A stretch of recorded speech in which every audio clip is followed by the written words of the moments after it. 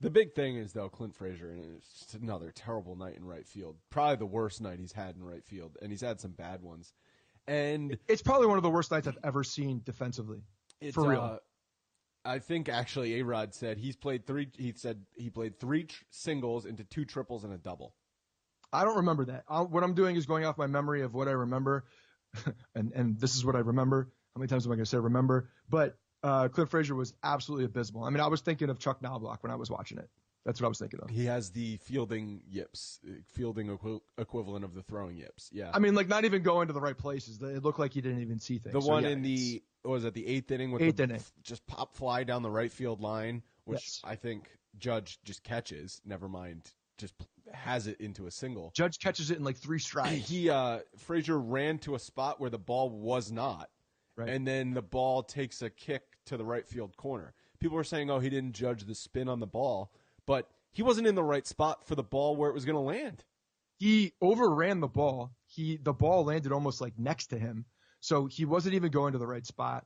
It's like I don't know if he's concerned when he's getting that close to the line that he's looking down to see where the wall is and then looking up and then like losing the ball. He doesn't look comfortable out there. Doesn't look like he is,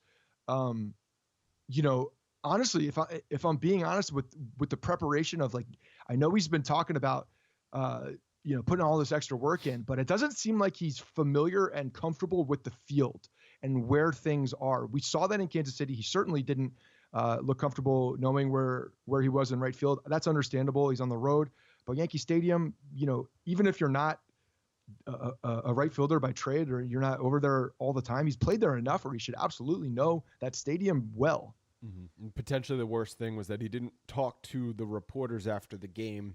There was finally a report at 2 a.m. So from Coley Harvey, who must have texted Frazier late night and got a response. Or Frazier just finally returned his text. Yeah. I've been working really hard every day with outfield coach Reggie Willis before batting practice starts. And despite what has been happening during the game, I'm still confident in myself to be able to turn this around soon. It's tough to cost the team runs and a potential win, especially when playing at home against Boston, things keep happening that shouldn't. And I'm acknowledging that with all the early work I'm doing before games. Standard cliche response. Hey, I'm putting in the work. I'm trying to get better out there. And hold on. That's good. That's fine. But you say that immediately after the game. You stand there and you stand at your locker and you be accountable. I think Hoke tweeted out that one thing that the Yankees teach in spring training is you be accountable. You're going to mess up. It's going to happen. You're going to strike out a lot in big you're going to strike out in big situations. You're going to make fielding errors. You're going to give up home runs if you're a pitcher. Like all that stuff is known when you're a baseball player. But if you get out 2 of 3 times, you're a Hall of Famer. Don't hide from the media. That's only going to make it worse. You stand there and say, I was bad tonight. I will be better next time. People put it to rest and we move on. How hard is that to understand? So I think that we're playing first of all, it was a bad move. It was a bad move. And I kind of love the condescending tweet from Brian Hoke and the fact that this is what they were taught and the fact that he walked away. Like, let me tell you up front what they teach first. The Derek Jeter School of Talking to the Media says you be accountable for what you do. And no matter if it's good or bad, you talk to the media because they have a job to do. It's their job to get your answers and then write about it. If they don't get your answers, they won't have to go to other players or they have to, get in your mind and put out things that you probably don't want to be put out there. Okay. You controlling the narrative is you standing in front of that locker and being accountable. That's another part of it. But the fact that you're not allowing these guys to do their job, is a problem. And it pisses them off. I'm sure it pisses them off because they work stupid hours. They're all tired. They're all away from their families. Oh, no. See, I disagree. And they want to see it. They want to see the things. Them being able to tweet that he left, that gets the beat reporters more attention. I mean, it gets them more attention, fine, but it doesn't make their job easier. It makes their job, now they have to speculate and they have to go around and get more quotes from different people to try to put together a puzzle. Yeah, they always want the soundbite from the player, always.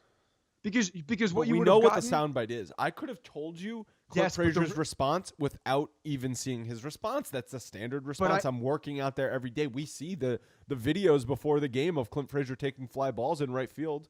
I know he's doing that work. He's already said this. That we knew that answer before he came out there or before he texted it, because he said it in the past. He said it on his last bad game. Right. So I understand what you're saying, but hear me out. The fact that he left, we know what Clint Frazier is, right? He's a highly emotional guy that lets that get in his head. Yeah. I think he left because he couldn't control himself. He didn't know what he was going to say, and he left because he's like, and maybe this is his thinking, and I don't think it's better. I think it's still worse. I think you just need to be able to control yourself at this point. You're a professional athlete. It's part of your job to talk to the media, be a professional. But I think that he still got a lot of immaturity, and the fact that he left was because he was mad, couldn't control himself, and just decided to leave. And it was a bad decision. It was a rash decision, and he's probably going to pay for it because he's going to get these questions now for a long time. And the fact that he pissed them off, this is where it's going to bite him. He pissed them off by leaving because it made their job harder. And now they're going to continue to pepper him with questions. Now they don't give him the benefit of the doubt. And it's not like it's just that night where they're pissing them off. And now it's going to carry on, and it's in the back of their mind and lingering. So they're not going to give him the softballs when he has a bad day. They're going to come at him. And it's going to be worse. I mean, I think we agree on the end result that now he's got a tougher time with the media, but I disagree with you that it's because that Clint Frazier pissed off these beat reporters. It's just now they have to ask the question because this is what people are going to care about. This is what people want to talk about is Clint Frazier going to speak to the media after games? Now this is a thing.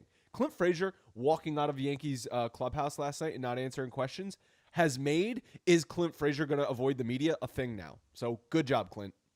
Yeah. Well, I mean, if he avoids it again after avoiding it the first time, knowing what the backlash is, then you're it's blatant stupidity and insanity. He wants to endear himself to fans. I think it's very obvious with this all the cleat stuff he's doing. He wants to be a celebrity in addition to a baseball player, and I, on the surface of that, have no problem with it. As long as you're performing on the field, if you want to embrace your fame and connect with the fans, to market yourself better, to have more fun, to be more popular, to sell more jerseys, whatever it is, fine. That's the opportunity you have out there. Some guys just want to go out there and treat it like a 9-to-5 job and put their head down and just sign their contract and be done with it. I respect that as well. But that is not what Clint Frazier seems to want to do. He wants to be the most popular guy on the team.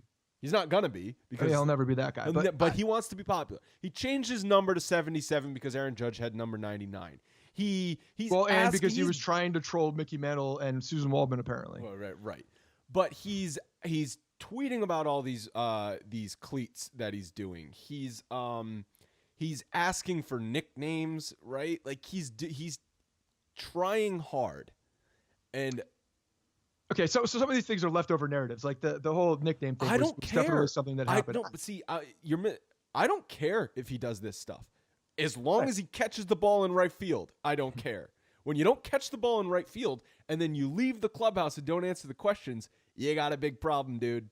Not gonna work. It's not gonna work if this is what's gonna happen. I don't care how many freaking home runs he hits.